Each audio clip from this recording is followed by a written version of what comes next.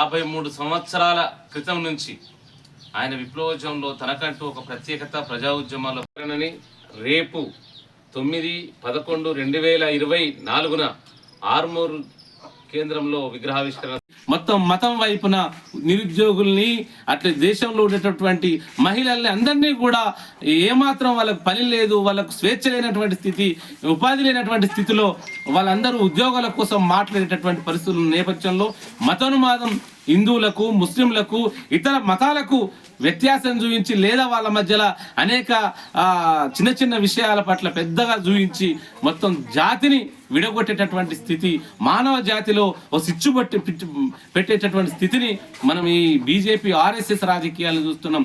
అందుకని ఈ రోజు ఉన్నటువంటి ప్రజలందరూ కూడా, ముఖ్యంగా నిరుద్యోగ యువకులందరూ కూడా, ఈ రాష్ట్రంలో ఉన్నటువంటి 40 లక్షల మంది నిరుద్యోగులు, ఈ దేశంలో ఉన్నటువంటి 60 కోట్ల నిరుద్యోగులు, మొత్తం మహిళలందరికీ మార్గదర్శకం చూపించినటువంటి విప్లవ పార్టీలు ఏవైతే ఉన్నాయో ఆ విప్లవ పార్టీలో మాస్ లైన్ ఒక నిర్మాణాన్ని, మాస్ లైన్ సిద్ధాంత కార్యక్రమాన్ని రూపొందించినటువంటి స్థితిలో మొత్తం వీళ్ళందరినీ మమేకం చేయటమే, వీళ్ళందరినీ ప్రజా సంఘాలను నిర్మాణం చేయటమే ఆ కామ్రేడ్ యొక్క ఆశయాన్ని ముందుకు తీసుకుపోవడం అవుతుంది.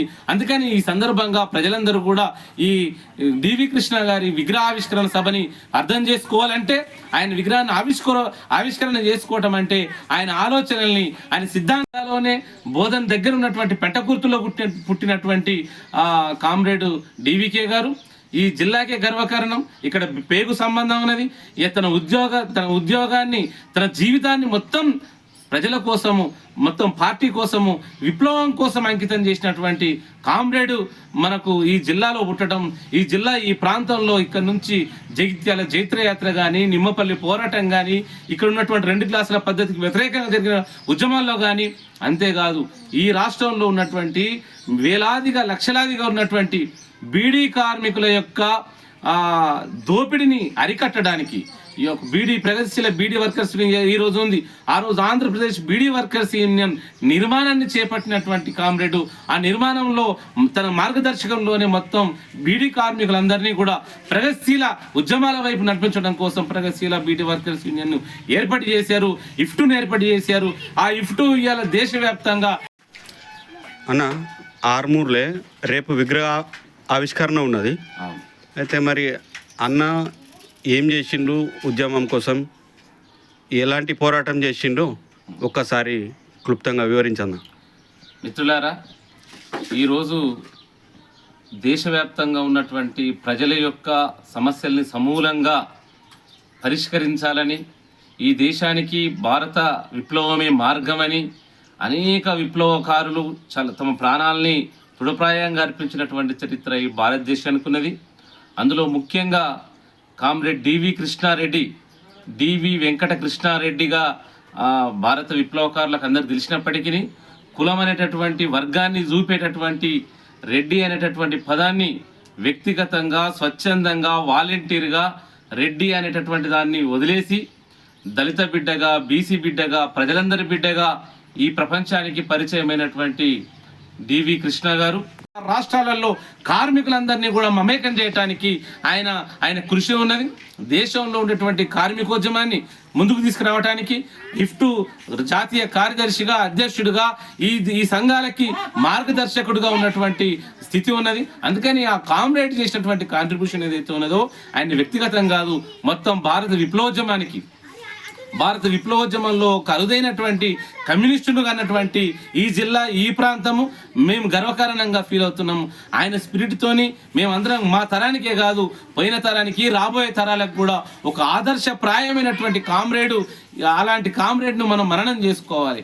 అలాంటి కామ్రేడ్ విగ్రహాన్ని మనం చూసుకుంటున్నప్పుడు ఆయన చేసినటువంటి కృషిని మనం ముందుకు తీసుకుపోవాలనే శపథం ఉండటానికి రేపు జరగబోయేటటువంటి ఈ విగ్రహావిష్కరణ సభ దానికి ఉపయోగపడుతుందని మేము భావిస్తున్నాం.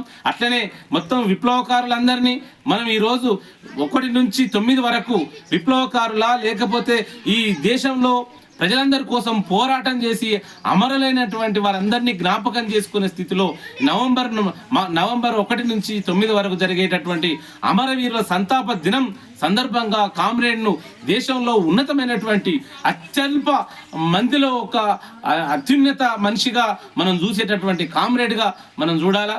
దేశంలో ఉండేటటువంటి పరిస్థితికి తగ్గట్టు ఈరోజు పెద్ద ఎత్తున మత ఛాందసవాదం లేదా మతోన్మాదం లేదా ఫాసిస్ట్ విధానం అంటే ప్రజలందరినీ మమేకం చేసేటటువంటి విప్లవం సాధించాలంటే ప్రజాపందాన్ని ఏర్పాటు చేసుకునేటటువంటి మార్గంలో మనం పయనిస్తే తప్ప ప్రజలని, కార్మికుల్ని, కర్షకుల్ని అందరినీ ఆ విప్లవంలో ఇన్వాల్వ్మెంట్ చేయలేమని చెప్పేసి 22 ఫిబ్రవరి 22న సిపిఐఎంఎల్ ప్రజాపంద పార్టీగా ఆవిష్కరణ చేసినటువంటి స్థితి కామ్రేడ్ డివి కృష్ణ గారి నాయకత్వంలో జరిగింది. అందుకని ఈ దేశంలో ఉండేటటువంటి చాలామంది వ్యక్తులుగా బయట విప్లవ అభిమానులుగా ఉన్నటువంటి వాళ్ళు, విప్లవకారులుగా ఉన్నటువంటి వాళ్ళు ఎందుకు విప్లవం సాధించడం లేదు అనేటటువంటి ఒక నిరాశ నిస్పృహలో వాళ్ళు చాలామంది బయట ఉన్నటువంటి వాళ్ళని కూడా మనం అందరం కూడా వాళ్ళని ఆకర్షించి ప్రజా ఉద్యమంలో వాళ్ళ సేవల్ని ప్రజా ఉద్యమంలో ఎట్లా కొనసాగింపేటట్టు చేయాలని చెప్పేసి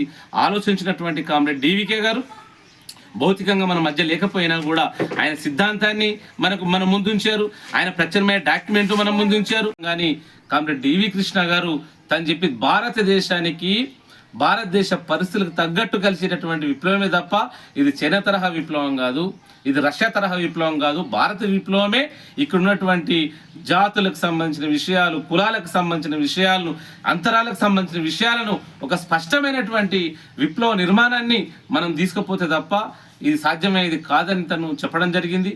కొంతమంది హీరోలు, కొంతమంది ఊరుని కాదని అడవిలో కొంతమంది పోయి విప్లవం సాధించడానికి వీల్లేదు. విప్లవోద్యమంలో ప్రజలందరినీ కూడా ఇన్వాల్వ్మెంట్ చేయాల్సినటువంటి బాధ్యత ఈ కమ్యూనిస్టు పార్టీలపై ఉంటుందని తను స్పష్టంగా 1980 నుంచి మొత్తం భారతదేశ విప్లవ పార్టీల్లో మహాసభలలో కాంగ్రెస్ జరిగినటువంటి ప్రతిసారి ప్రత్యామ్నాయ డాక్యుమెంట్ పెట్టి విప్లవోద్యమానికి కొంతమంది చేయటం కాదు, విప్లవం చేయటం అనేది మొత్తం ప్రజలందరూ, కార్మికులు, కర్షకులు, విద్యార్థులు, మేధావులందరూ కూడా ప్రజా సంఘాలుగా ఏర్పడి తను మన ప్రజలకు, ప్రజా ఉద్యమానికి, ముఖ్యంగా ప్రజాపంత రాష్ట్ర కార్యదర్శిగా ఉన్నటువంటి కామ్రేడు ఆయన మనకు దూరం అయ్యాడు. అంటే మొత్తం తన మరణం అనేది భౌతికంగా మన నుంచి కనబడకపోయినా కూడా తను చేసినటువంటి విప్లవ కృషి ఏదైతే ఉందో, సిద్ధాంత కృషి ఏదైతే ఉన్నదో అది భారతదేశ విప్లవానికి ఉపయోగపడేటటువంటి విషయం అనేది మేము భావిస్తున్నాం. మొత్తం తను చేసినటువంటి కృషిలో మొత్తం అన్ని విప్లవ పార్టీలకు భారతదేశ విప్లవం ఎట్లా పరిష్కారం తీసుకురాగలుగుతుంది, ఎవరెవరిని మిత్రులుగా చేసుకోవాలా, ఎవరెవరిని పైన మనం పోరాటం ఎక్కువ పెట్టాలా, ఎవరిని విప్లవం తీసుకురావాలనేటటువంటి ఒక సిద్ధాంతాన్ని రూపకల్పన చేసినటువంటి కామ్రేడ్ మన నుంచి దూరం అయ్యాడు. ఆయన స్ఫూర్తితోని, ఆయన స్పిరిట్గా తీసుకొని ప్రజలందరూ లేదా మొత్తం మమేకం కావటానికి ఉపయోగపడే విధంగా విగ్రహాలని అట్లాగే స్తూపాలని ఆవిష్కరించుకునేటటువంటి సాంప్రదాయం భారత కమ్యూనిస్టు పార్టీలకు. గుండాలు ఉన్నారా, ఆ గుండాలకు వ్యతిరేకంగా మనం ప్రతిఘటించాల్సినటువంటి సాయుధంగా చేయాల్సినటువంటి పనులు ఏమైనా ఉన్నాయా? ఇప్పటికీ తెలంగాణలో కాదు, ఓవరాల్ భారతదేశంలో భూస్వాములు లేరు, భూస్వాముల దగ్గర గుండాలు లేరు. ఈ రోజు ఉన్నటువంటి పరిస్థితి భూస్వాములందరూ పెట్టుబడిదారులుగా మారిపోయారు, పెట్టుబడిదారులుగా ఆవిష్కరమయ్యారు. వాళ్ళందరూ ఈరోజు ప్రభుత్వమే వాళ్ళని కాపాడే స్థితి, భారత రాజ్యాంగంలోనే వాళ్ళు రక్షణ తీసుకునే స్థితి ఉన్నటువంటి పరిస్థితులలో గ్రామాలలో ప్రతిఘటన దళాలు కానీ ప్రతిఘటన చేసేటటువంటి పరిస్థితులు లేవని కామ్రేడ్ 80 నుంచి ఇప్పటి వరకు అనేక సార్లు చాలా చర్చించినటువంటి విషయంలో ఇప్పటిదాకా ఉన్నటువంటి చాలామంది పెడచెవిన పెట్టారు. అందుకని ఈ విషయంలో ప్రజాస్వామ్యబద్ధంగా మహాసభలలో మెజారిటీ తన అభిప్రాయాలు ఉన్నప్పటికీ కూడా అప్రజాస్వామికంగా వ్యవహరించిన తీరును వ్యతిరేకిస్తూ పోయిన 2022 ఫిబ్రవరి 22వ తారీఖు నాడు ఇక కొట్ల ముందుకు తీసుకుపోవాలో మనం ముందుంచారు. తన చేసినటువంటి ఏదైతే సిద్ధాంత రచన చేశాడో ఆ సిద్ధాంత రచనలో భాగంగానే పోయిన సంవత్సరం ఈ సంవత్సరంలోనే మార్చికి సంబంధించిన దాంట్లో కేంద్ర స్థాయిలో 3 పార్టీలు, కేంద్ర స్థాయిలో 14 రాష్ట్రాలలో 3 పార్టీలు ఒకటై మాస్ లైన్ పార్టీగా ప్రజాపందాను మాస్ లైన్గా మనం ప్రకటించుకొని 14 రాష్ట్రాలలో ప్రజలందరినీ మమేకం చేసేటటువంటి ఒక భారత విప్లవ పార్టీని ఆవిష్కరణ చేయడం జరిగింది. ఈ మాస్ లైన్ రేపు ఈ 3 పార్టీలే కాదు, ఈ దేశంలో ఉండేటటువంటి ప్రజాస్వామ్యబద్ధంగా ఉండేటటువంటి వాటిపైన ఎక్కువగా నడిచేటటువంటి పార్టీలందరినీ కూడా ఒక పార్టీగా నిర్మాణం చేసి మొత్తం భారతదేశానికి అవసరమైనటువంటి నూతన ప్రజాతంత్ర విప్లవాన్ని సాధించడం కోసం మొత్తం పార్టీలని ప్రజలని ఒకటి చేయటానికి తను చేసినటువంటి కృషిలో భాగంగా రేపు మేము విప్లవకారుల ఐక్యత దిశగా మేము ప్రయాణించబోతున్నాం. అందుకని ఈ ప్రాంతంలో జరిగేటటువంటి ఈ ప్రాంతం 4-5 నెలల కిందనే నిజామాబాద్ జిల్లా కేంద్రంలో పెద్ద ఎత్తున రాష్ట్ర వ్యాప్తంగా తనని గుర్తు చేసుకోవటానికి స్తూపం నిర్మాణం చేసుకున్నాం. అట్లాగే ఆర్మూర్లో పాత బస్టాండ్ దగ్గర కుమార్ నారాయణ భవన్ ఆవరణలోనే తన విగ్రహాన్ని రేపు ఆవిష్కరించుకోబోతున్నాం.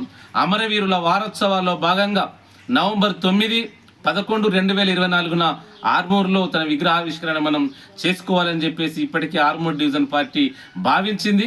రేపు పెద్ద ఎత్తున ప్రజలందరూ డివిజన్ స్థాయిలో జిల్లా స్థాయిలో ఉండేటటువంటి కార్మికులు, కర్షకులు, విద్యార్థులు, మేధావులు, మొత్తం అంటరాని తనానికి గురైనటువంటి దళిత జాతి బిడ్డలు అందరూ కూడా పెద్ద ఎత్తున హాజరై ఈ విగ్రహావిష్కరణ కార్యక్రమాన్ని విజయవంతం చేయాలని మేము విజ్ఞప్తి చేస్తున్న ప్రజలందరికీ కూడా ఆ కామ్రేడ్ చేసినటువంటి కృషి ఏదైతున్నదో, ఆ కాంట్రిబ్యూషన్ ఏదైతున్నదో, ఇప్పటి వరకు విప్లవ పార్టీలు అన్నీ కూడా ఇది చైనా తరహా విప్లవం తీసుకురావాలా భారతదేశంలో, లేదా రష్యా తరహా సోవియట్ విప్లవం తీసుకురావాలనేది విప్లవం విజయవంతం కాదని చెప్పినటువంటి కామ్రేడు. కానీ ఇప్పటికీ చాలామంది విప్లవ గ్రూపులలో ఇది భూస్వామ్యకు సంబంధించిన పరిస్థితులు ఉన్నాయి, అర్ధవలస అర్ధ భూస్వామ్య వ్యవస్థను ఇంకా కొనసాగుతున్నది అనేటటువంటి ఒక భ్రమలలో ఉన్నారు. కానీ దేశంలో విప్లవ పరిస్థితులు, ఆ తరహా ప్రతిఘటన పోరాటాలు లేదా సాయుధ పోరాటాలే ప్రారంభం చేయాలని 80 నుంచి అంతకన్నా ముందు నుంచి మాట్లాడినటువంటి మాటలు ఎందుకని విప్లవం ముందుకు పోతలేదని ఆయన అంతర్మథనం చెందాడు. చాలా విషయాలు పరిశీలన చేశాడు. విప్లవ పార్టీలో మనం ప్రజాస్వామ్యబద్ధంగా అసలు ప్రజలు ఏమి కోరుకుంటున్నారు, ప్రజలకు మనం ఎందుకు దూరం అయిపోతున్నాం, ప్రజలు విప్లవానికి ఎందుకు విరివిగా రావటం లేదనే దాని మీద ఖచ్చితంగా పరిశోధన చేయాలని చెప్పేసి ఆ కామ్రేడ్ చెప్పినటువంటి విషయాలని ఇప్పటి వరకు ఉన్నటువంటి పార్టీలు కూడా సంపూర్ణంగా దాన్ని అమలు చేయలేదు. ఇప్పటికీ ఇంకా ప్రతిఘటన పోరాటాలు అంటున్నారు. ప్రతిఘటన పోరాటాలంటే ఏమిటి? గ్రామ ఉద్యమానికి నాయకత్వం వహించారు. అట్లాగే ఆ రోజు ఉన్నటువంటి నిరక్షరాస్యులుగా ఉన్నటువంటి వాళ్ళందరినీ అక్షరాస్యతులుగా చేసి దేశంలో ఉండేటటువంటి భారత పాలకులు చేస్తున్నటువంటి విషయాల పట్ల వాళ్ళకు అవగాహన కల్పించే దానికోసం గ్రామీణ స్థాయిలో రాత్రి పాఠశాలలు నడిపినటువంటి చరిత్ర కమ్రేడ్ డివి కృష్ణ గారికి ఉంది. అంతేకాదు నెహ్రూ యువజన కేంద్రాలుగా, అంబేద్కర్ చైతన్య కేంద్రాలుగా మొత్తం అంటరానితనానికి వ్యతిరేకంగా ఈ జిల్లాలో పెద్ద ఎత్తున 1972 ఆ ప్రాంతం నుంచే తను లేబర్ ఆఫీసర్గా ఉన్నటువంటి ఉద్యోగాన్ని వదిలేసి ఈ ప్రాంతంలో ముఖ్యంగా సిరికొండ, గడ్కోల్, నిమ్మపల్లి, జగిత్యాల వరకు నడుచుకుంటూ ఆర్మూర్ ప్రాంతం వరకు మొత్తం ఈ జిల్లాలో ముఖ్యమైనటువంటి విప్లవ భూమికను పోషించినటువంటి కామ్రేడు 2022 జూన్ 26వ తారీఖున క్యాన్సర్ అనేటటువంటి ఆ రోగం ఆ కామ్రేడ్ను ఆ అన్నని బలి తీసుకున్నది.